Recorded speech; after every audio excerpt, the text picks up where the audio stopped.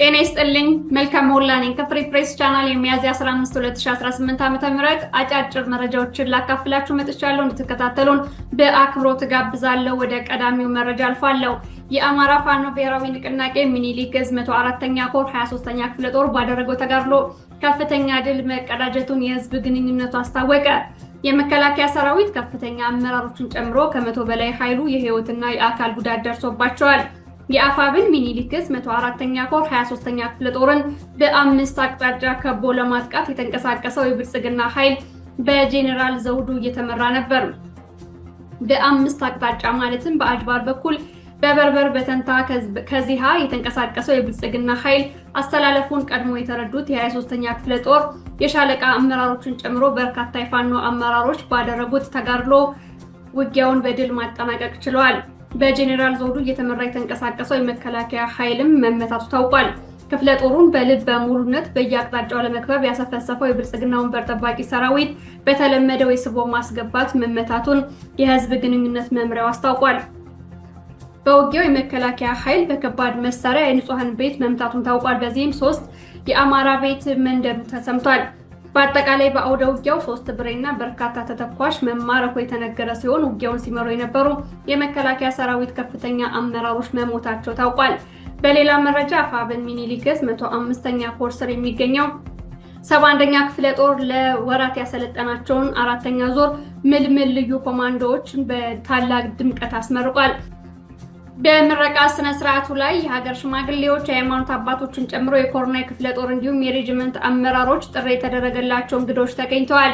የአካባቢውን ሰላምና ደህንነት የሚያስከብር የአማራን ህልውና የሚታደግ እንዲሁም ፍትህ የሚያሰፍን ብቁና ንቁ የፋኖ ኃይል መገንባቱ ታውቋል። ክፍለ ጦሩ በየቀኑ ከሚያደርገው ውጊያ ጎን ለጎን ያልተቋረጠ የስልጠና መርሃ ግብር በማካሄድ የአገዛዙን ቅስም የሚሰብር ብቁና እጅግ ጠንካራ ኃይል ማፍራቱን አጠናክሮ እንደሚቀጥል አስታውቋል። በሌላ መረጃ 2 የአብይ አህመድ ዙፋን ጠባቂ ሰራዊት አባላት ሙሉ ትጥቃቸውን በመያዝ ፋኖን ተቀላቀሉ።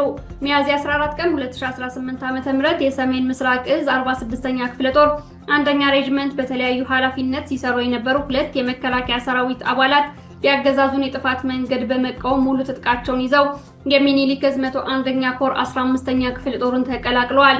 የክፍለ ጦሩ አመራሮችም ጥሩ አቀባበል አድርገውላቸዋል። ደስታው ይመርና አማራ ደቡ የተባሉ 2 የመከላከያ ሰራዊት አባላት ናቸው ፋኖን የተቀላቀሉት።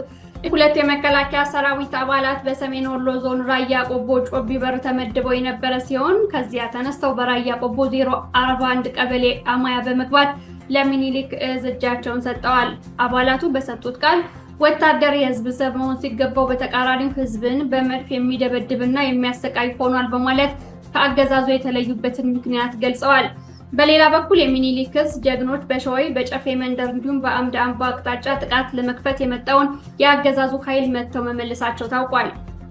በሰሜን ጎንደር አዲ አርቃይ ወረዳ አንባራ ከተማ ላይ አፋብን ጎንደር ጠቅላይ ግዛት በላይ ዘለቀ ዕዝ 206ኛ ኮር ከፍተኛ ድል እያስመዘገበ ይገኛል። ቀድሞ የጭና ቁጥር 1 ክፍለ ጦር በመባል የሚታወቀውና በአሁኑ አደረጃጀት 5ኛ ሬጅመንት ተብሎ የሚጠራው ከአያሌው ብሩ ክፍለ ጦር ጋር በመቀናጀት ከምሽቱ 11 ሰዓት ጀምሮ በትናንትናው ዕለት ውጊያ አድርጓል። የ208ኛ ኮር አባላት ባሳዩት የላቀ ውጊያ ጥበብና ቁርጠኝነት የአገዛዙ ሰራዊት ኪሳራ እየደረሰበት እንደሚገኝ ታውቋል። የዚህን ዜና ዝርዝር እንደደረሰን ወደ እናንተ የምናቀርብ ይሆናል። የቀድሞው የሰላም ሚኒስቴር የነበረው አቶ ታዬ ደንደዓ ትናንት በነበረው የፍርድ ቤት ቆይታ የፍትህ ሚኒስቴር ክሱ እንዲቋረጥ እንዳደረገው የሚገልጽ ውሳኔ ተወስኖለታል። ትናንት የተዘጋው የታየ ክስ መዝገብ የሚመለከተው ሆርን ኮንቨርሴሽን በተባለ ሚዲያ በ3 ክፍሎች የተለቀቀውን ቃለ ምልልስና በተናገራቸው ንግግሮች ተጠቅሶ በተከሰሰው ክስ ነበር። በተለይም የአማራን ህዝብ አብይ አህመድ ላጠፋኑ ማለቱን መግለጹ ይታወሳል። እንዲሁም የኢትዮጵያ ህዝብ ተባበሩ በማለቱና በትግራይ ጦርነት ወቅት አብይ አህመድ እኔ ነኝ ጦርነቱን ያስነሳሁት ማለቱን መናገሩን ተከትሎ አብይ አህመድ ህዝብን ቀስቅሶብኛል፣ አነሳስቶብኛል በሚል በ3 ክስ ከሶት ነበረ። ትናንት ይህ ክስ ውድቅ ተደርጓል። ሆኖም አቶ ታዬ ከስር እንደማይፈታ ታውቋል። ምክንያቱም ከዚህ በፊት ሌላ ክስ ቀርቦበታል። የሆርን ኮንቨርሴሽን ቃለ ምልልስን ተከትሎ ከተከሰሰበት ክስ በፊት 3 ክስ ተከፍቶበት ነበር። አንዱ በፌስቡክ ፋኖና ሸኔን ቀስቅሶብኛል፣ ሁለተኛው ከፋኖና ከሸኔ ጋር ሆኖ መንግስት ሊገለብጥ ነበር፣ ሶስተኛው ክስ ደግሞ ህገወጥ ሽጉጥ ይዞ ተገኝቷል የሚል ነበር። ፍርድ ቤቱ መሳሪያ ይዞ በመገኘት በሚል 7 ዓመት ፈርዶበት ከዛም ጠቅላይ ፍርድ ቤቱ ወደ 4 ዓመት ዝቅ አድርጎለት ነበር። በዚህ ክስ ሁለቱ ውድቅ ተደርጎ የነበረ ሲሆን ሶስተኛው ተፈርዶበት እንደነበር ይታወሳል። ሆኖም በትናንትናው ዕለት አቃቢ ህግ ሁለቱን ክሶች አንስቶ ይግባኝ ጠይቆበታል። በጎንቻ ሲሶ እነስቴ ወረዳ ደብረገነት ወረዳ በመድፍ ጥቃት ተፈጸመ። በጎንቻ ሲሶ እነስቴ ወረዳ ደብረገነት ቀበሌ ትናንት ከቀኑ 8 ሰዓት ምንም ውጊያ በሌለበት ሁኔታ ቀበሌዎች ላይ አገዛዙ የመድፍ ጥቃት ፈጽሟል። በዚህም በማህበር ተሰብስበው በቤት ስራ የተሰማሩ አርሶ አደሮች ጉዳት ደርሶባቸዋል። የአንድ ሰው ህይወት ሲያልፍ 2 ቆስለዋል። ህይወቱ ያለፈው ይታያል ክንዴ የተባለ አርሶ አደር ሲሆን ተሚያያሌውና አበዛ ከበደ የተባሉ ከባድ ቁስለኛ ሆነዋል። በሌላ መረጃ በደቡብ ወሎ ዞን ጃማ ወረዳ 3 የቀበሌ አመራሮች በ33ኛ ክፍለ ጦር ተማርከዋል። የሚኒሊክ ዕዝ 105ኛ ኮር 33ኛ ክፍለ ጦር ደቡብ ወሎ ዞን ጃማ ወረዳ 3 የቀበሌ አመራሮች የአማራ ህዝብ ላይ ዘር ማጥፋት እየፈጸመ ያለውን የብልጽግና አገዛዝ እድሜ የማራዘም ስራ እየሰሩ ባሉበት በቁጥጥር ስር ውለዋል። አቶ መካሽ ተስፋዬ በጃማ ወረዳ የ011 ቀበሌ ሊቀመንበር፣ አቶ በየነ ሽፈራው በጃማ ወረዳ የ011 ቀበሌ ምክትል ሊቀመንበርና አቶ አያሌው ረሽድ በጃማ ወረዳ የ011 ቀበሌ ብልጽግና ጽህፈት ቤት ኃላፊ በፋኖ ቁጥጥር ስር ውለዋል። ከቀናት በፊት በክብር የተሰዋው ሻለቃ አንደበት ክንዳለምን አስመልክቶ አፋብን ጎንደር ጠቅላይ ግዛት በላይ ዕዝ 206ኛ ከፍ ያለው ደሴ ኮር የሐዘን መግለጫ ሰጥቷል። አርበኛ አንደበት ክንዳለም በ1994 ዓ.ም ከአባቱ ሻለቃ ክንዳለም ዓለም ነውና ከእናቱ ከወይዘሮ ተስፋነሽ አረጋ በጎንደር ጠቅላይ ግዛት ጋይንት አውራጃ ይትሃበ ገብርኤል ልዩ ስሙ አሳኔ ጎጥ ተወለደ። እንደ ማንኛውም አማራዊ ልጅ ያደገው አንደበት ክንዳለም እድሜው ለትምህርት እንደደረሰ ከአንደኛ እስከ 5ኛ ክፍል አቃቤት አንደኛ ደረጃ ትምህርት ቤት፣ ከ6ኛ እና 7ኛ ክፍል ዳሞት አንደኛ ደረጃ ትምህርት ቤት፣ 8ኛ ክፍል ይትሃባ አንደኛ ደረጃ ትምህርት ቤት፣ 9ኛ ክፍል ንፋስ መውጫ ሁለተኛ ደረጃ ትምህርት ቤቱን ተከታትሏል። አንደበት ክንዳለም በአባቱና በአማራ ህዝብ ላይ ስርዓቱ በሚያደርሰው ግፍና በደል ምክንያት ለሀገርና ለህዝብ ካለው ፍቅር የተነሳ ነበር ትምህርቱን አቋርጦ ወደ መከላከያ ተቋም 2013 ዓ.ም ተቀላቅሎ ሀገሩን ለማገልገል የወሰነው።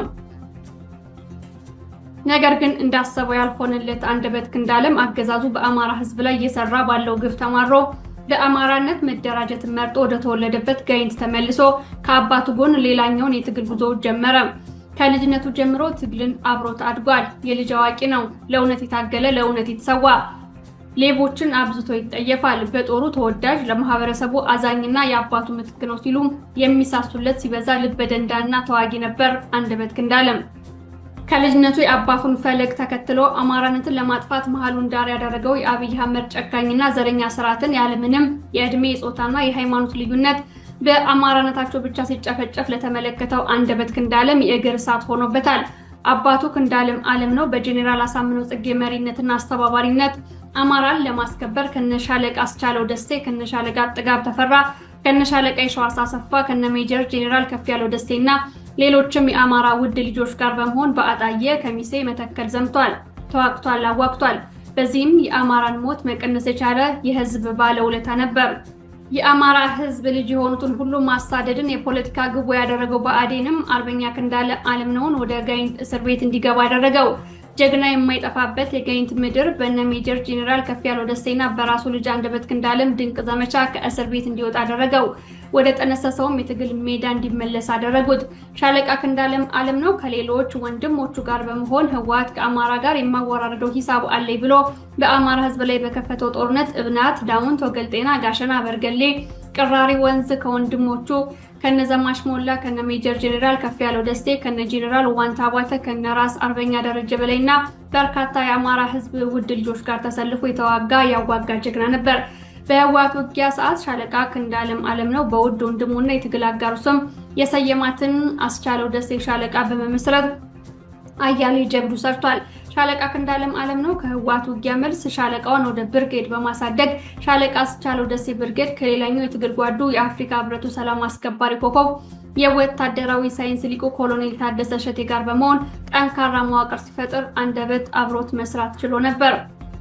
ሚያዝያ 13 2018 ዓ.ም ከነፋስ መውጫ ከተማ ወደ ሳሊ እንቅስቃሴ ያደረገው የአገዛዙ ኃይል ጋር ከፍተኛ ተጋድሎ ያደረገውና ከፍተኛ ድል አስመዝግቦ በመጨረሻም የተሰዋው አንደበት አርበኛ ክንዳለም ጀግና ይሞታል፣ ትግል ይቀጥላል፣ የአባቱና የወንድሞቹን ትግል ታምኖ አያሌ ጀብዶቹን ፈጽሞ ለአማራ ሕዝብ ክብርና ህልውና ሲል አንደኛ ነፍሱን ሰጥቷል።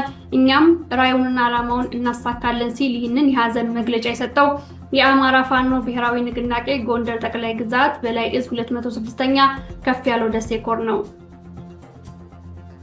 የዕለቱ ዜናዎች እነዚህን ይመስላሉ። ስለተመለከታችሁን ከልብ እናመሰግናለን። ዜናዎችን ያቀረብኩላችሁ መልካም ሞላ ነበርኩ። አስተያየት ስለምትሰጡኝ በጣም አመሰግናለሁ። ትናንትም የሰጣችሁኝን አስተያየት እያየው ነበረ፣ እግዚአብሔር ያክብርልኝ። አሁንም ቻናሉን ሼር፣ ላይክ እና ኮሜንት በማድረግ ለሌሎች ተደራሽ እንዲሆን እንድታደርጉ በአክብሮት ጠይቃለሁ። እንዲሁም ፍሪ ፕሬስ ቻናልን በወራዊነት አባል በመሆን በማገዝ ከዚህ በላይ በርትተን እንድንሰራ እንድታግዙን በአክብሮት ጠይቃለሁ። መልካም ሞላ ነበርኩኝ። በያላችሁበት መልካሙን ሁሉ እመኛለሁ። ጤና ይስጥልኝ።